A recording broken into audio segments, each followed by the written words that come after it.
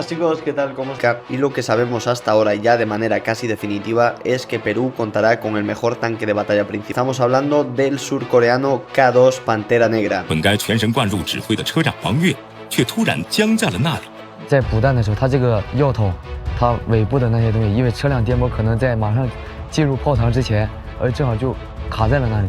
K2 전차가 왜 세계 최고인지 이 장면을 통해 알 수 있다. 전 세계 최고의 주력 전차로 꼽히는 K2 전차를 향한 외신들의 극찬이 쏟아지고 있습니다. 특히 유럽을 넘어 남미로의 수출 가능성이 높아지고 있는 가운데 페루 매체들은 K2 전차를 세계 최고의 전차로 평가하면서 대대적으로 보도하고 있는데요. 수출 계약까지 남은 것은 시간 문제일 뿐 사실상 수출이 기정사실화되어 가고 있습니다. 페루 군사매체 FDRA는 최근 세계 최고의 전차 K2 블랙팬서라는 제목을 통해 왜 페루가 K2 블랙팬서 전차를 도입하려 하는지 상세히 보도했습니다. 다음과 같은데요. 레오파르트2, M1A2 에이브람스, 챌린저2 및 T-14 아르마타는 종종 오늘날의 주요 전투 탱크 목록에서 최고로 간주되고 있습니다. 그러나 한국의 K2 블랙팬서는 확실히 이 목록에서 맨 위에 오를 자격이 있습니다. K2 블랙팬서는 종합적 성능에서 M1A2 에이브람스를 능가하지만 그보다도 10톤 이상 가벼워 톤당 25마력의 세계 최고의 출력대 중량 비율을 제공합니다. 특히 상하 좌우로 궤도의 각도를 조절할 수 있는 서스펜션은 K2 전차의 가장 큰 특징으로 거친 기동 중에서 트랙 장력을 지속적으로 유지하는 동적 트랙 장력 조절 시스템 또한 장착되어 있습니다. K2 블랙팬서는 현 시점 세계 최고의 전차 중 하나라는 점에서 의심의 여지가 없습니다. 심지어 현재 전 세계에서 가장 뛰어난 주력 전차라고도 충분히 말할 수 있습니다.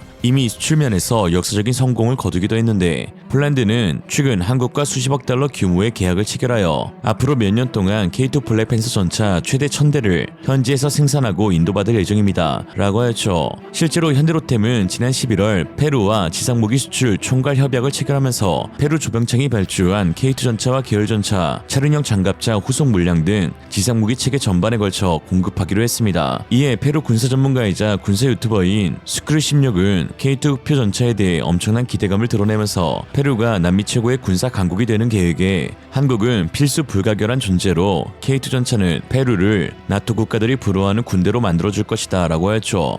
Muy buenas chicos, ¿qué tal? ¿Cómo estáis? Bienvenidos a un nuevo vídeo más. El día de hoy os traigo noticias frescas y muy buenas fuerzas armadas en las más poderosas de Sudamérica, y lo que sabemos hasta ahora ya de manera casi definitiva es que Perú contará con el mejor tanque de batalla principal de toda América, tanto en rendimiento como en huella logística. Estamos hablando del surcoreano K2 Pantera Negra, alianza de mayor carácter estratégico para Perú, y configurar a Corea del Sur como el mayor socio militar dentro de este marco. Se espera que en los próximos meses estos factores fueron pensados obviamente para que el vehículo pudiera emplearse en montaña con una alta eficiencia, pero las características del diseño, como una silueta reducida y un menor tamaño en general, también lo hacen muy propicio para su empleo en ciudades, otro de los grandes teatros de operaciones al que se enfrentaría el K2 en Corea. Pero bueno, hasta aquí el vídeo de hoy, espero que os haya gustado. Si es así, como siempre os pido que no olvidéis dejar vuestro like, suscribiros, y también os dejo la cajita de comentarios, y nos vemos en la próxima. Adiós. 해당 영상에서의 페루 네티즌들 역시 K2 전차에 대해 상당히 우호적인 반응을 보였는데요. K2 블랙팬서 탱크는 세계에서 가장 뛰어납니다. 한국이 페루에서 정교한 무기를 제조하는 것은 훌륭한 전략적 움직임입니다. 이는 북한과의 갈등 상황에서 예비 무기를 쉽게 확보할 수 있는 이점도 제공하며, 특히 창카의 항구를 통해 페루에서 자체 기준과 품질로 제조된 무기를 신속하게 이동시킬 수 있는 가능성이 있기 때문입니다. 페루에서 생산된 K2는 페루 사막에 적합하게 설계될 것입니다. 그리고 이를 통해 유사한 전투 환경을 지닌 아시아와 아프리카 국가들에게도 이 변형 모델을 제공할 수 있을 것입니다. 라고 했죠. 페루 전차 도입 사업에서 한 가지 주목해야 할 사실은 경쟁 시스템이 아닌 우선 협상 대상자를 지목했다는 것인데요. 이처럼 페루가 K2 전차를 콕 집어서 도입하려 하는 이유는 페루 현지 지형에 가장 적합한 전차가 K2 전차이기 때문입니다. K2 전차는 이미 한국에서 260대 이상 운용되어 사계절의 기후와 각종 환경에서 운용 가능한 것이 입증되었으며, 특히 폴란드에서 운용 중인 84대의 K2 전차는 도입된 직후 각종 진흙, 산악, 늪지에 투입되어 높은 적응력을 선보이고 있을 만큼 뛰어난 완성도를 자랑하고 있습니다. 페루 역시 다양한 기후와 지형을 보유하고 있기에 K2 전차의 전천후 능력이 꼭 필요한 것인데요. 페루의 해안 지역은 사막지대로 세초라 사막과 아타카마 사막이 있으며, 중앙부에는 고도가 높은 안데스 산맥이 위치해 있고, 동부 지역인 이키토스와 푸칼파 지역은 아마존 열대 우림으로 덮여 있어 고온다습한 기후와 늪지, 산림 등으로 구성되어 있습니다. 이처럼 다양한 환경에서 높은 수준의 가동률과 운용성을 확보하는 것은 K2 전차와 같이 뛰어난 완성도를 지닌 기체만이 가능한 것이죠. 그리고 K2 전차는 각종 연합훈련을 통해 전 세계 그 어떤 전차들보다도 우수한 기후, 지형 적응력을 지닌 것으로 평가받고 있습니다. 지난 10월 27일 K2 전차는 카타르군과 연합훈련을 통해 사막과 같은 낯선 환경에서도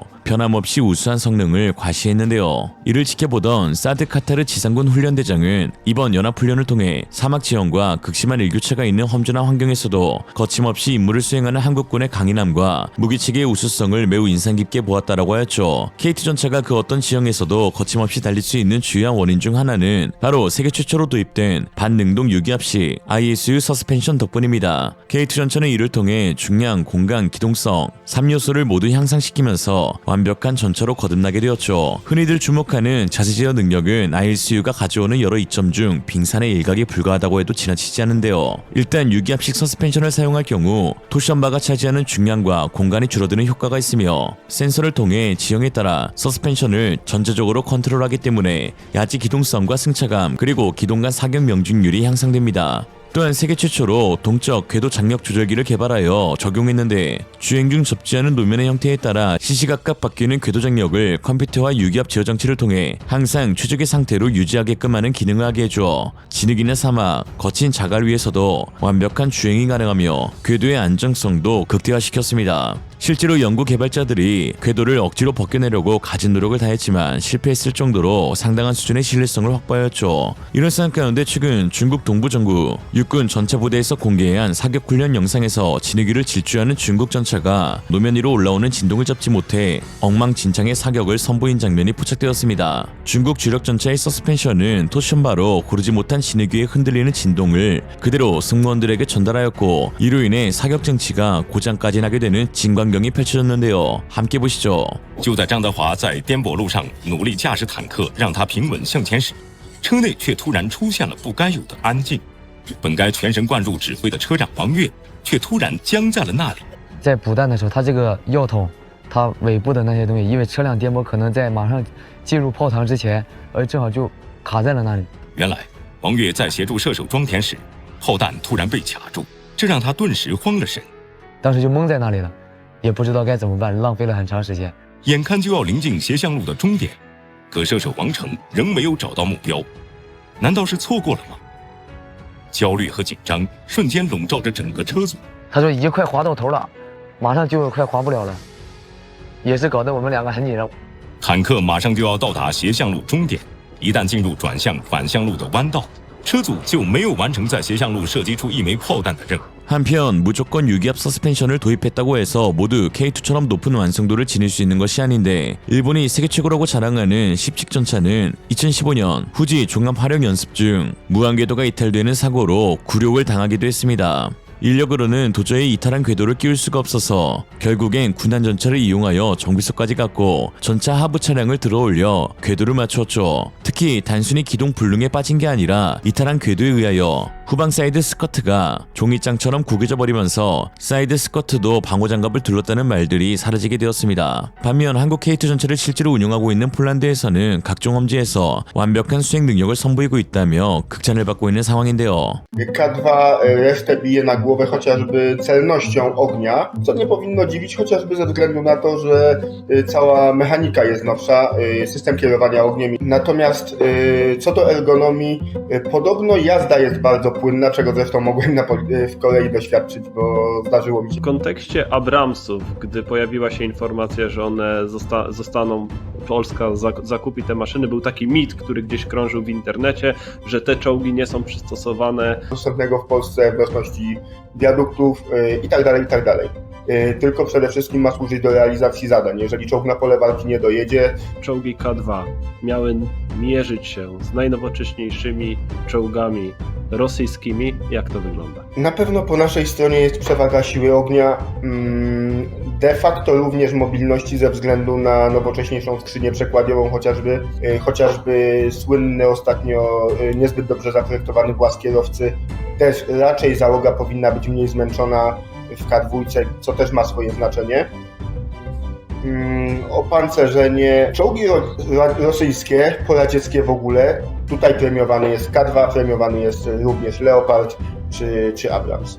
w Orzyszu.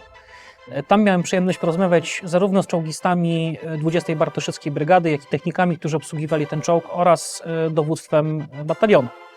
I wszyscy podkreślali w sposób absolutnie jednogłośny.